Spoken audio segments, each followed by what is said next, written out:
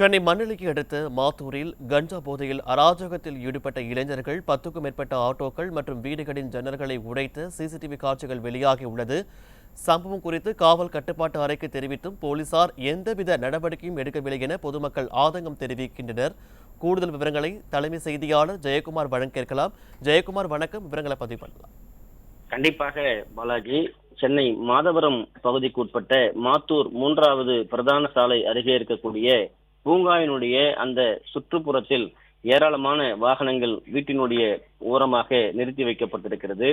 குறிப்பாக ஆட்டோக்கள், அதே போன்று சரக்கு ஏறி செல்லக்கூடிய சிறிய அந்த குட்டி யானை என்று சொல்லப்படுகின்ற அந்த வாகனங்கள் எல்லாம் 10க்கும் மேற்பட்ட சிறுவர்கள், இளைஞர்கள் கஞ்சா போதையில் 3 இருசக்கரங்களில் வந்து தங்களால் முடிந்த அளவிற்கு வெறியாட்டம் ஆடியிருக்கிறார்கள். பட்டா கத்தியை கொண்டு அந்த வாகனங்களுடைய முகப்பு மற்றும் பின்புற கண்ணாடிகளை எல்லாம் உடைத்து சேதப்படுத்தி இருக்கிறார்கள். அதே நேரத்தில் அந்த வீட்டினுடைய ஜன்னல் கதவுகள், கண்ணாடிகள் எல்லாம் உடைக்கப்பட்டிருக்கிறது.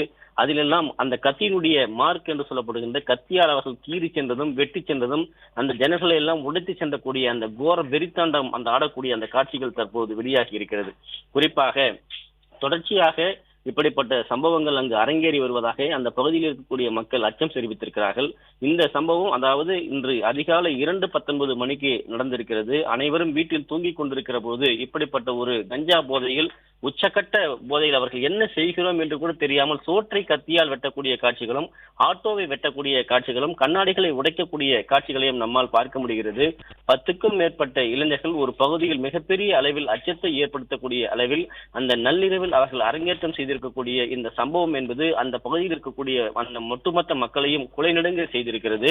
குறிப்பாக கஞ்சா போதை, இவர்களுக்கு கஞ்சா எங்கே கிடைக்கிறது, கஞ்சா இவர்கள் எப்படி அவர்கள் கிடைத்து அதனை உட்கொள்கிறார்கள், இதற்கு யார் காரணம் என்ற ஒரு கேள்வி எழுகிறது.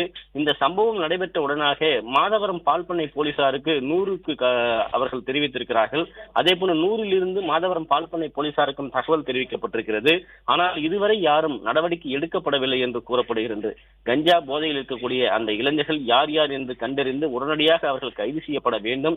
இதுபோன்று கஞ்சா விநியோகம் செய்து கஞ்சாவை உட்கொள்ளக்கூடிய அந்த பகுதியில் இருக்கக்கூடிய கஞ்சா வியாபாரிகளை முதலில் கைது செய்ய வேண்டும் என்று அந்த பகுதியில் இருக்கக்கூடிய மக்கள் கோரிக்கை வைத்திருக்கிறார்கள்.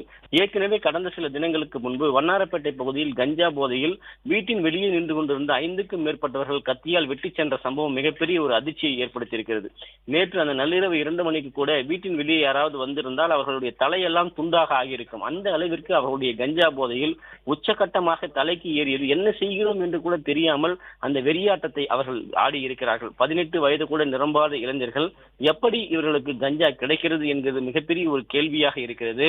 உச்சகட்ட ஒரு அச்சத்தில் அந்த பகுதியில் இருக்கக்கூடிய மக்கள் இருக்கிறார்கள். கஞ்சா ஆசாமிகள் எப்படி இது போன்ற ஒரு வியாபாரத்தில் தொடர்ந்து சென்னையில் செய்கிறார்கள், சென்னை மாநகரமே குறிப்பாக கஞ்சா தலைநகரமாக மாறி இருக்கிறது என்கிற கேள்வி எழுகிறது. ஒட்டுமொத்த தமிழகமும் போதை மாநிலமாக மாறக்கூடிய நிலை அவலம் ஏற்பட்டிருப்பதாக அந்த பகுதியில் இருக்கக்கூடிய மக்கள் குற்றம் சாட்டியிருக்கிறார்கள். இரும்பு கரம் கொண்டு இனிமேலாவது இந்த அரசு தடுப்பதற்கான முனைப்புகளை காட்ட வேண்டும் என்கிற கோரிக்கையை முன்வைத்திருப்பது குறிப்பிடத்தக்கது. பாலாஜி, விவரங்களுக்கு நன்றி ஜெயக்குமார்.